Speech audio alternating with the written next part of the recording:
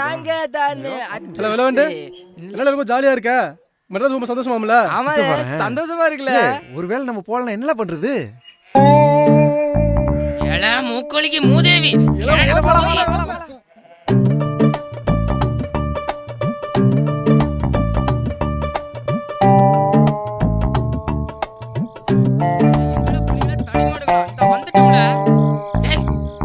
அறிவட்ட முதேவிகளா என்னடா பேசிட்டு இருக்கீங்க? நம்ம ஊர்ல எல்லாரும் செடி போயிட்டோம்ல, நாம தான் இன்னும் போகல. இல்ல சும்மா தான்ல சொன்னேன், அதுக்கு ஏம்ல கோச்சிக்கிடுதே? இல்ல அவங்களாம் டிகிரி முடிச்சிருக்காங்க, வேலை கிடைச்சி வச்சு சென்னைக்கு போயிருக்காங்க. நம்ம 10வது முடிச்சிருக்கோம். நம்ம போய் அங்கே என்ன வேலை செய்யறது?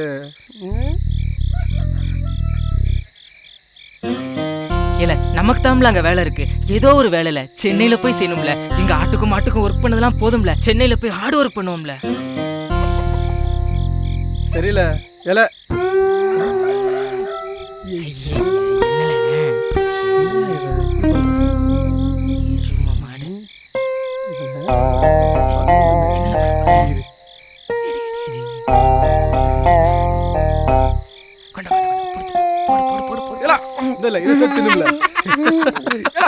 என்ன பண்ணுதியா? சென்னைக்கு வந்து பண்ண கொண்டே போடுவோம்ல. போங்களா?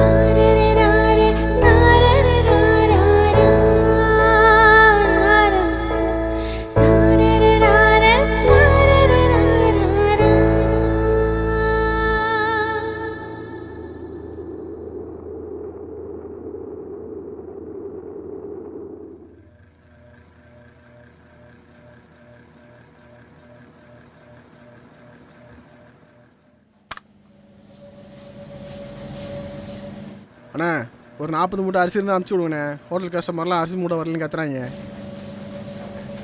இல்லை 40 மூட்டைலாம் அனுப்ப முடியாதுல்ல, 20 மூட்டை அனுப்புகிற வாங்கிக்க. பீஸா பர்கர் தானே தின்னுவானுங்க. புதுசாக என்ன அரிசியெல்லாம் கேட்குறானுங்க. ஒரு காலத்தில் 300-400 மூட்டை எனக்கு கொடுத்துட்டு இருந்தீங்க. இப்போ என்னன்னா ஆச்சு? 2026 ரொம்ப மோசமாக இருக்கானே. மோசம் ஆகும்ல? என்னண்ணா சொல்கிறீங்க? இல்லை டெக்னாலஜி வளர்ந்துருச்சு, விவசாயம் அழிஞ்சிச்சுல. ஆனால் ஒன்று, எவ்வளோதான் டெக்னாலஜி வளர்ந்தாலும் அரிசியை மிஷினால் தயாரிக்க முடியாதுல்ல. போங்கண்ணே, எல்லாம் ரொட்டியை தின்னுட்டு போட்டோம். தமிழ்நாடு உள்ளிட்ட பல மாநிலங்களில் விவசாயம் அழிந்து கொண்டே வருகிறது. இதனால் உணவுப் பொருட்களின் விலை பல மடங்கு உயர்ந்து வருகிறது. இதற்கு என்ன காரணம் என்று விவசாய மக்களிடம் நாங்கள் கேட்ட பொழுது,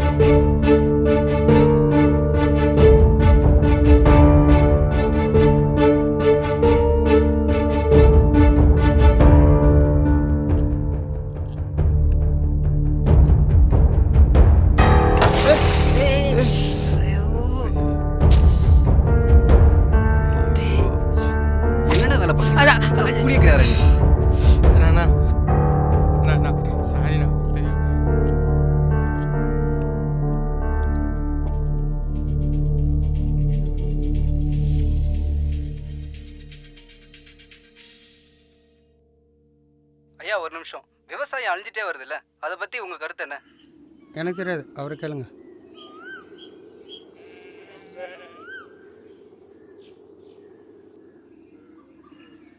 சார் சொல்லுங்க.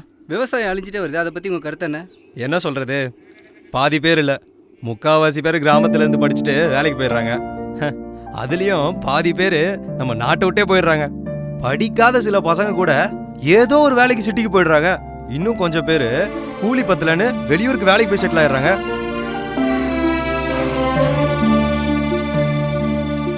இப்படி எல்லாரும் கிராமத்தை விட்டு ஓடி போயிட்டா விவசாயம் அழிஞ்சு போகாம என்ன ஆகும்?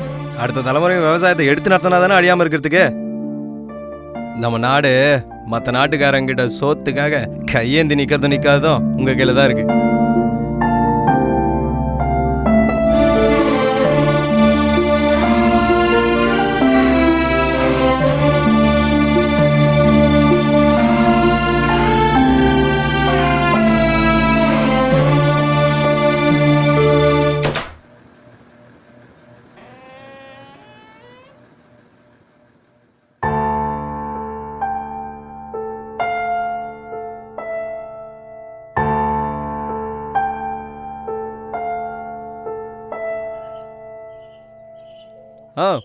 அதை போறாரு பாருங்க. அவர் பசங்க 10-11 வருஷத்துக்கு முன்னாடி சென்னைக்கு போனாங்க. இப்போ காரு பங்களான்னு வாங்கி எல்லாம் பெருசா செட்டில் ஆயிட்டாங்க. அவரே போய் கேளுங்க, நிறைய சொல்லுவாரு. சதீஷ் அப்பாடா. வணக்கம் வணக்கம். வாங்க தம்பி. சொல்லுங்க தம்பி. அதை பற்றி அந்த குறிப்பிட்ட நபரிடம் கேட்டதற்கு, தம்பி, என் மாமன் குத்துக்காலாட்டம் வீட்டில் உட்காந்துருக்கு. சென்னைக்கு போயிட்டானா? என் மகனுக்கு விவசாயம்னா ரொம்ப உசுறு. போங்க தம்பி. அப்பா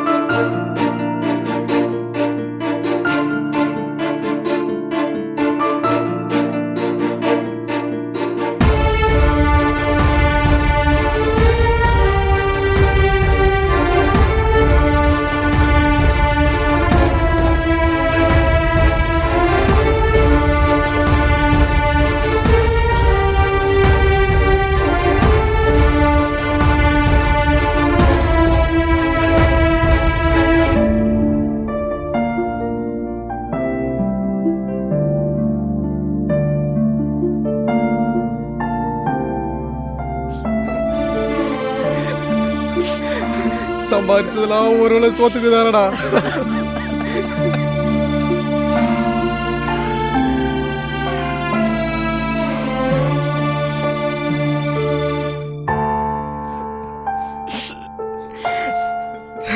சோறு போட்ட பூமியை மறந்துட்டேன்.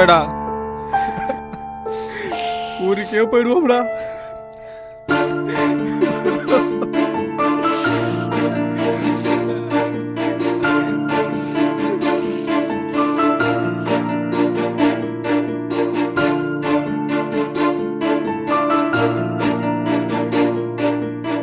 மரபு வழி விவசாயத்தை மறந்து மண்ணை மலடாக்கினோம்.